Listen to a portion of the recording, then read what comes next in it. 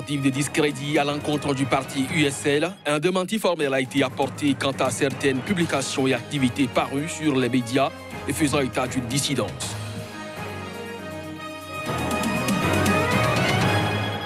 Élection présidentielle, législative et provinciale en République démocratique du Congo, le scrutin est reporté de 7 jours au dimanche 30 décembre. Cette annonce a été portée au public par le président de la CENI.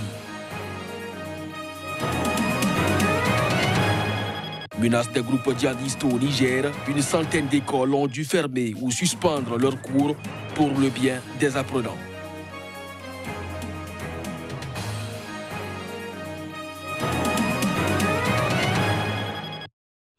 « 21 décembre, mesdames, messieurs, bonjour et bienvenue. Élection présidentielle, législative et provinciale en République démocratique du Congo. Le scrutin est désormais reporté de 7 jours au dimanche 30 décembre. Le président de la Commission électorale nationale indépendante l'a lui-même annoncé à travers la presse. C'est désormais la date du 30 décembre qui est retenue par la Commission électorale nationale indépendante de la RDC pour la tenue des élections présidentielles, législatives et provinciales. Elles étaient initialement prévues le 23 décembre. Nous annonçons donc que le scrutin direct présidentiel, législatif, national et provincial auront lieu le 30 décembre 2018. Les ajustements occasionnés par ces décalages feront l'objet d'une décision subséquente qui sera rendue publique ce soir par la Commission électorale indépendante. Des étudiants ont manifesté à Kinshasa suite à la nouvelle. Des retards dans le déploiement du matériel électoral et l'incendie d'un entrepôt de la CENI mercredi dernier expliqueraient ce report. L'incendie, selon la CENI, a détruit une grande partie du matériel électoral destiné à Kinshasa, la capitale qui représente un peu plus de 10% des 40 millions d'électeurs inscrits. Les élections prévues le 23 décembre doivent désigner le successeur du président Joseph Kabila au pouvoir depuis janvier 2001. En Somalie, l'ancien ministre du gouvernement fédéral Abdiaziz Hassan Mohamed est élu à la tête de l'État fédéral du Sud-Ouest. Abdiaziz Hassan Mohamed, connu sous le surnom de l'Aftagan, a obtenu les voix de 101 des 149 députés de l'État du Sud-Ouest au premier tour d'un scrutin qui s'est tenu dans la capitale régionale Baidoa. Abdiaziz Hassan Mohamed, ancien ministre de l'actuel gouvernement fédéré somalien, connu sous le surnom de l'Aftagaren, a été élu mercredi à la tête d'un des États fédérés de la Somalie.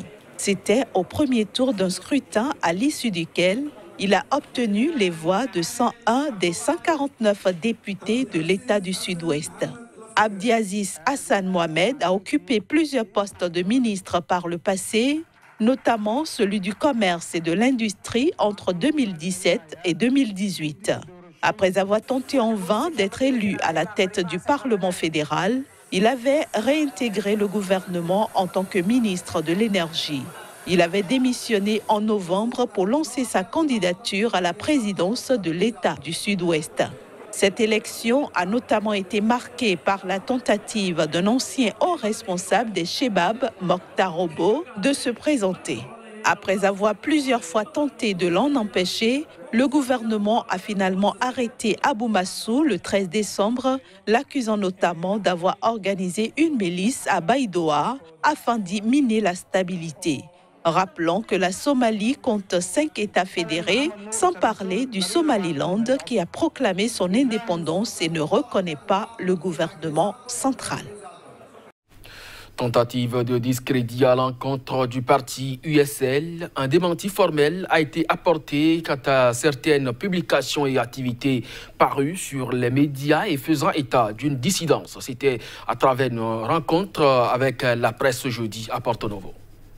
Le Bureau national de l'USL, en collaboration avec les coordinations d'arrondissement de Porto Novo, ont effectué jeudi une sortie médiatique. L'objectif était d'éclairer l'opinion publique sur une intoxication véhiculant une supposée scission dans les rangs des militants du parti Union sociale libérale. nous, militants de l'Union sociale libérale, réunis au sein de toutes les coordinations USL de la ville de Porto Novo, avons appris que le 16 décembre dernier, qu'un groupuscule non répertorié dans les quartiers de la ville de Porto Novo s'est permis de faire une déclaration pour signaler qu'il se désolidarise de l'USL pour rejoindre l'un des blocs politiques mis en place par le pouvoir d'État. Nous, les coordonnateurs des 5 arrondissements de Porto Novo, affirmons haut et fort qu'il n'existe aucune dissidence dans nos rangs. Il s'agit d'un pur montage de nos adversaires politiques pour semer le doute dans le rang des militants déjà engagés pour la cause de l'USL. Je ne suis pas du tout inquiet parce que cette pratique-là est une pratique qui est connue sur le terrain qu'est Porto Novo.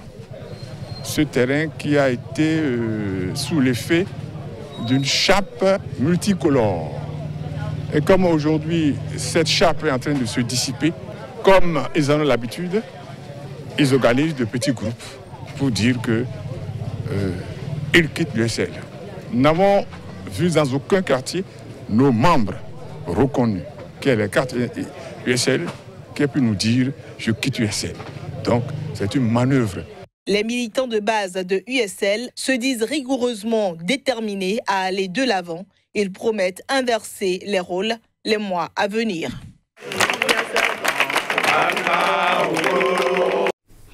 Toujours au Bénin, la formation des journalistes sur les questions de développement à la base préoccupe les autorités communales.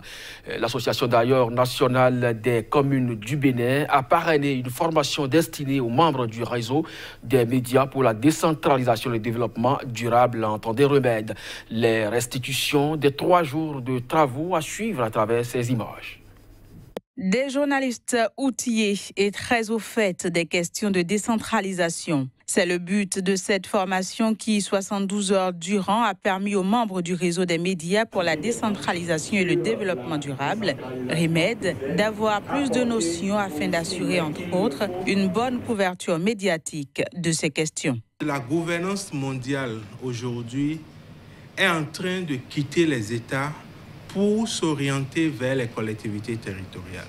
Tout ce qui est politique publique, tout ce qui est politique de développement, nous allons observer dans les mois à venir, les années à venir, qu'il y aura une réorientation des partenaires vers les collectivités territoriales. Cette formation a reçu le soutien et la diligence de l'ANCB, l'Association nationale des communes du Bénin, qui depuis des années milite pour une presse mieux formée sur les questions de développement local et qui a un protocole d'accord avec le REMED depuis 2017. Au cours de ces 3 jours, des notions théoriques seront passées en revue.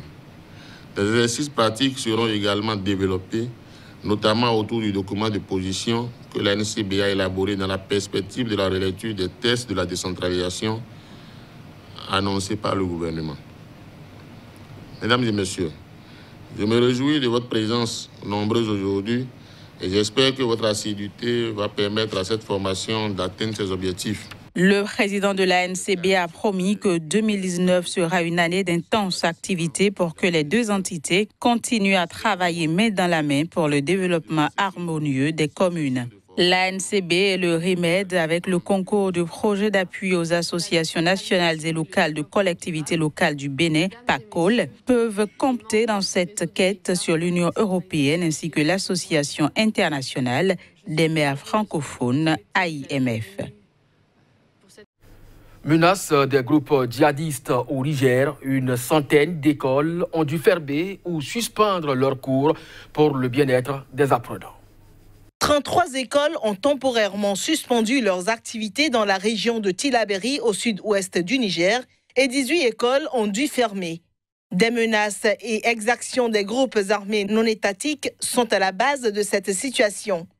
D'après le bulletin du Bureau de la coordination des affaires humanitaires, OCHA, de Niamey, les établissements concernés se trouvent près du Burkina Faso et dans les zones proches du Mali.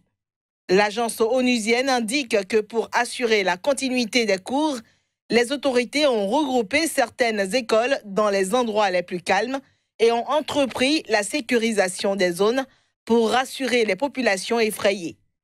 En effet, de nombreuses zones de la région de Tillabéri sont le théâtre d'effroyables violences de groupes armés tuant, enlevant des civils et brûlant les écoles, ainsi qu'en pillant les maisons, les entreprises et le bétail.